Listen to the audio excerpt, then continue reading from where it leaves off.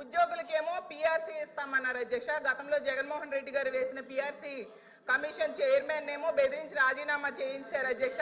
ఇప్పుడు 9 నెలలు అయినా కూడా కొత్త చైర్మన్ ని అపాయింట్ చేయలేదు అధ్యక్ష.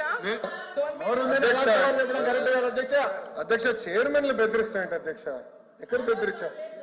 మేడం గారు వైకాపా ప్రభుత్వం అనుకుంటున్నారు. ఇది ఎన్డీఏ ప్రభుత్వం అధ్యక్ష. ఇక్కడ ఎవరిని బెదిరించట్లేదు.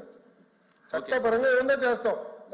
చైర్మన్లు బెదిరించాలంటే ఎట్లా అధ్యక్ష? ఇది సిపిఎస్ రద్దు చేస్తారన్నారు, రద్దు చేస్తారా చెప్పనండి సార్. సరెండర్లు ఎన్ని పెండింగ్ పెట్టి వెళ్ళారు సార్. పోలీస్ సోదరులు రావాల్సిన సరెండర్ చాలా పెండింగ్ పెట్టారు.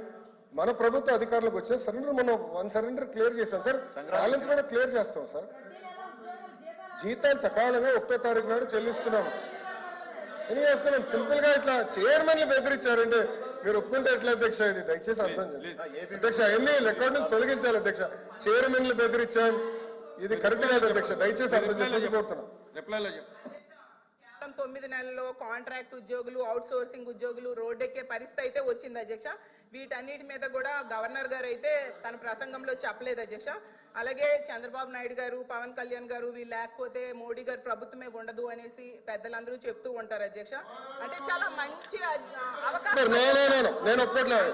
ఐఎమ్ సారీ అధ్యక్ష. No no no no no. ఎవరు చెప్పారు అధ్యక్ష? అది ఎవరు చెప్పారు? ఎవరు చెప్పారమ్మా? ఎవరు చెప్పారు తల్లి? ఎవరు చెప్పారు సార్? అధ్యక్ష, రాష్ట్ర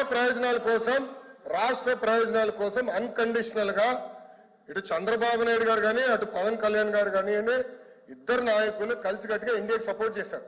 ఎన్నికల ముందల ఎన్నికలు అయిన తర్వాత రిజల్ట్స్ వస్తుంటే కరెక్ట్ గా 1 అవర్ తర్వాత గౌరవ ముఖ్యమంత్రి చంద్రబాబు నాయుడు గారు స్వయంగా హోంమంత్రి గారికి ప్రధానమంత్రి గారు ఫోన్ చేసి కంగ్రాచులేషన్స్, కలిసికట్టుగా ఈరోజు ఎన్డీఏ ప్రభుత్వం 3వసారి ఏర్పడుతుంది అని అన్కండిషనల్ సపోర్ట్ ఇచ్చాం అధ్యక్ష.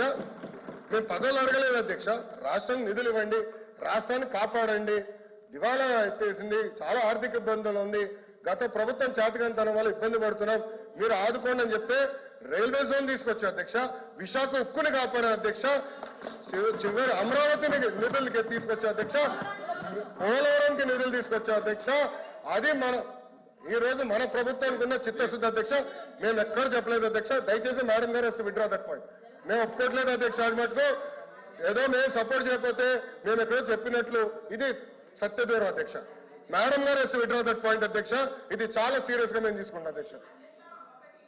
అందరూ అంగీకరించాల్సిన నిజం, మన రాష్ట్రంలో ఉన్న ఎంపీల మీద కేంద్ర ప్రభుత్వం ఆధారపడి ఉంది అనేది నిజం కదండి అధ్యక్ష. సో ఇది చాలా మంచి అవకాశం అని చెప్తున్నారు అధ్యక్ష. అధ్యక్ష చూడండి అధ్యక్ష, మాట మార్చుతారు. స్టేట్మెంట్ ఏంటి? మనోడే రాస్తున్నారు, స్టెనో ఉన్నారు. స్టేట్మెంట్ ఏంటి అధ్యక్ష? నేను అది రికార్డ్ నుంచి తొలగించాలి అధ్యక్ష. అది సీరియస్ అలిగేషన్. సీరియస్ అలిగేషన్ చేశారు.